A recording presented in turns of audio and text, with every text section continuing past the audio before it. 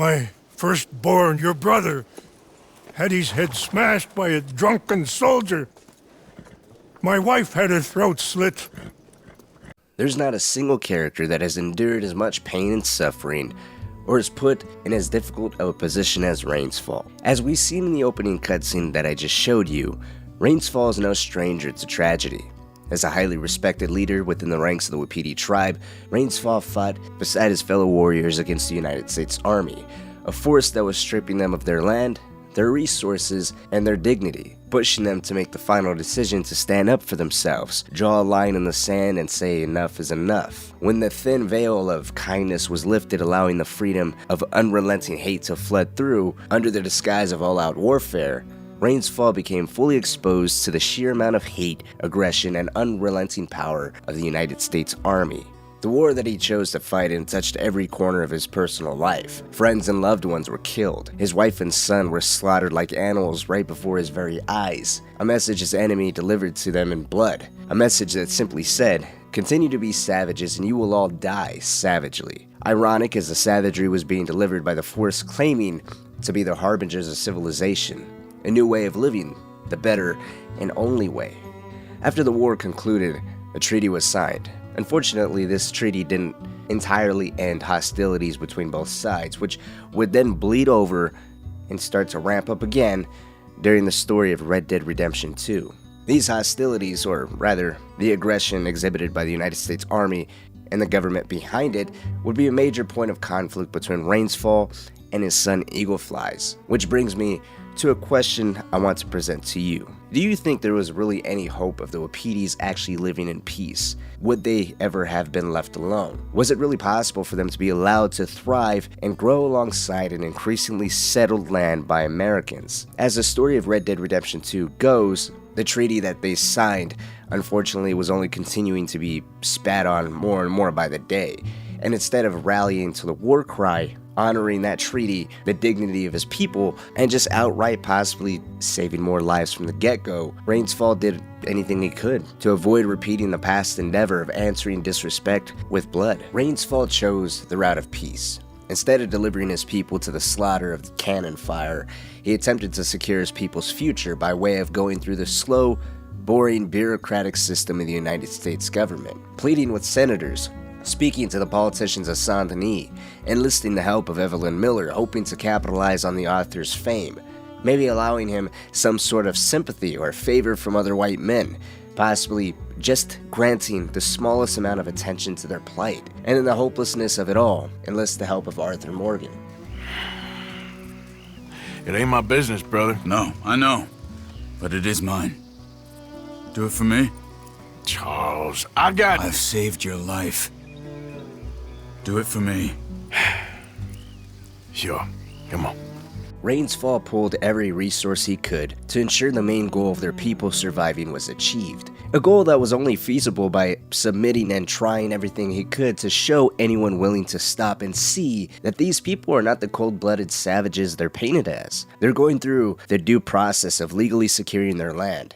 They continue to get moved and disrespected, pushed, and alienated, but he refuses to raise any arms because he knows that armed resistance would only mean one thing: the excuse for the army and Colonel Favors to be granted what they all want, the complete annihilation of their people. I think when it comes down to Rain's Fall and Eagleflies steals the show. He's passionate. It's easy to be whipped up into anything and everything he says because he becomes instantly animated. A breath of life is filling his lungs as he becomes angry. He not only wants his tribe to be safe, but he wants the security of the tribe to be acquired by way of a new era of warriors. An era that frankly won't ever happen. From the gameplay in every main mission involving Rain's Fall, we can see the alarming state the tribe is in. People are sick, they are weak, and there isn't very many of them. The days of them being a force to be reckoned with, a massive, strong tribe filled with an entire band of warriors ready to protect their borders, defend the women and children, and the children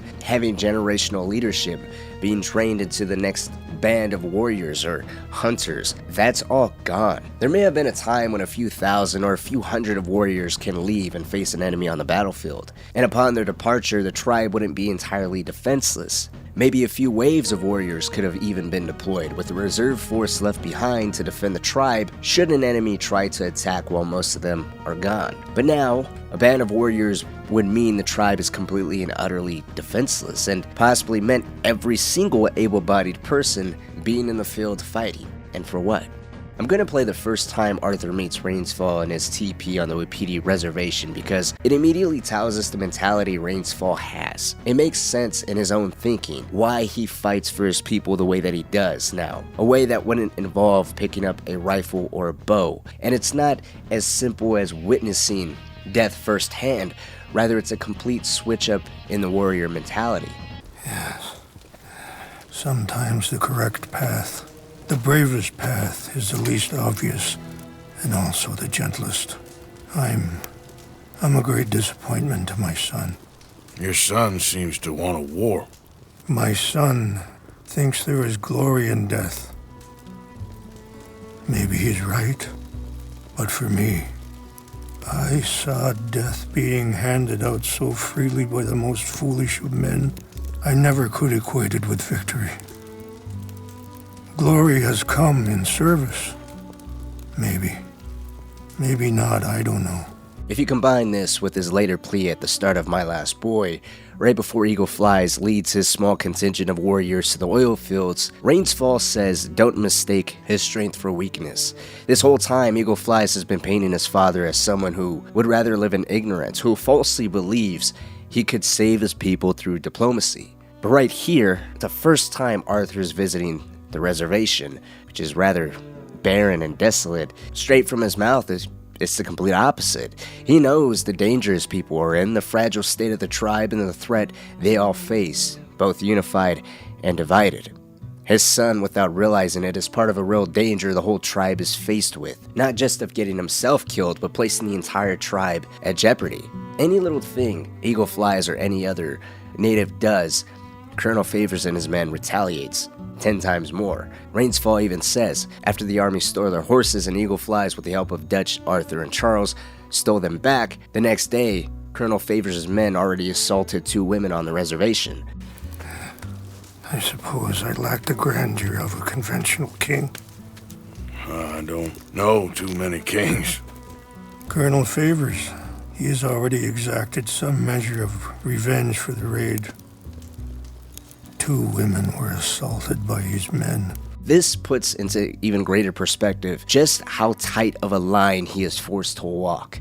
He can't get too bold because he has women, children, and the elderly to look after. He cannot and will not stand for any act of violence because, unlike Eagle Flies, Rainsfall's understanding of the repercussions in the state that the people he's looking after is so much more deeper. And it's not even as if just the perpetrators, the ones carrying out these acts of violence or revenge or retaliation, is dealt with. The horses was Eagle Flies and outsiders. Yet 2 women that had nothing to do with this had to pay for someone else's decision and subsequent actions. Rainsfall isn't looking out just for Eagle Flies who did this, but he's looking out for everyone. One person's actions is the tribe's punishment to bear. They're already weak, they're already sick, they're already fractured, and Eagle Flies is adding to that division by not agreeing or understanding the whole situation that his father's placed in. And so he gets angry, he mistakes this, and his son believes the older generation has failed them and it's time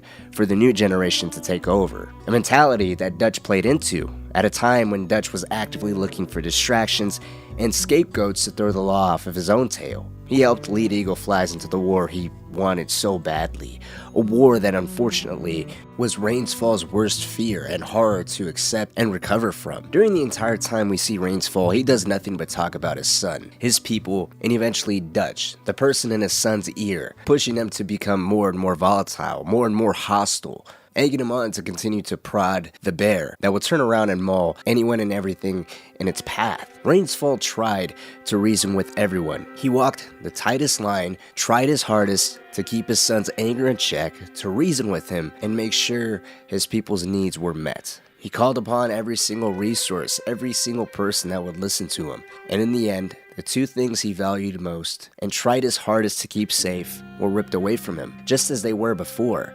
In the end, he lost his final youngest son to the same enemy he had lost his firstborn and his wife to many years before. And this time, there was no hope at any kind of reconciliation. There would be no peace treaty, and even if there was, given that small glimmer of hope, he's been shown time and again treaties are not to be respected or upheld.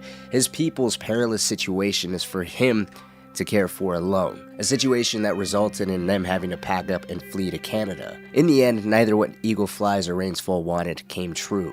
The complete opposite happened. He had to bury one more son, abandon the land his people and ancestors known, and possibly the saddest part of it all.